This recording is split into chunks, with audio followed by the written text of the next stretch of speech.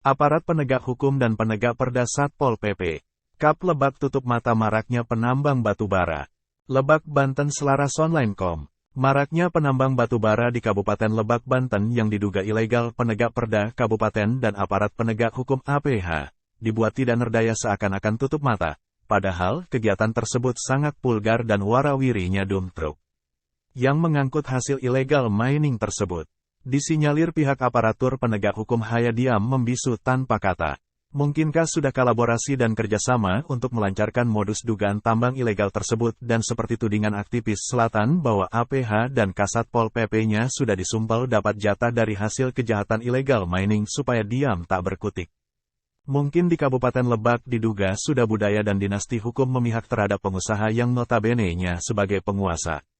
Dilihat dari kacamata hukum, selalu para pengusaha tambang ilegal batu bara di Kabupaten Lebak itu kuat dan terkesan kebal hukum tanpa melihat dampak ke depannya akan seperti apa lingkungannya nanti. Padahal itu sangat berpotensi longsor. Pihak perhutani pun tidak ada tindakan yang independen terhadap para pelaku usaha dan penambang yang di tanah perhutani, malah diduga pembiaran atau dilindunginya, padahal kewajibannya sebagai petugas perhutani untuk menjaga eksploitasi hutan agar hutannya hijau, nyaman dan aman tidak diganggu oleh para oknum penambang tersebut.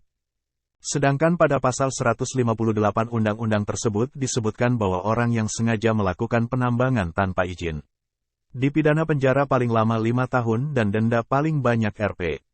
100 miliar, termasuk juga setiap orang yang memiliki IUP, pada tahap eksplorasi tegapi melakukan kegiatan operasi produksi, dipidana dengan penjara diatur dalam undang-undang tersebut. Pasal itu sudah jelas, tetapi para pengusaha tambang tersebut seakan-akan pasal tersebut hanya mainan saja.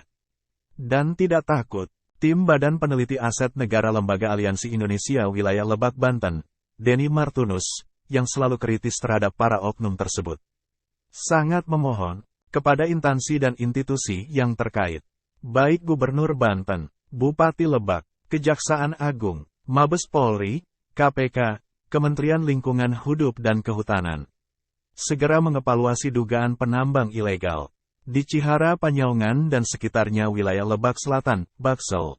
Kami berharap para pemegang kewenangan harus segera turun ke Lebak Selatan dan segera lakukan penindakan terhadap para pelaku penjara batu bara tersebut, ujar Denny. Terjadinya banjir dan longsor di wilayah Lebak, Banten karena pemerintah setempat kurang tegas terhadap para penambang ilegal, baik penambang batu bara, emas, pasir dan sebagainya. Kemana aparatur penegak hukum, pemangku kebijakan? Apakah rumor adanya setoran dari para pelaku itu benar adanya? Red, Ian, Abah Anom.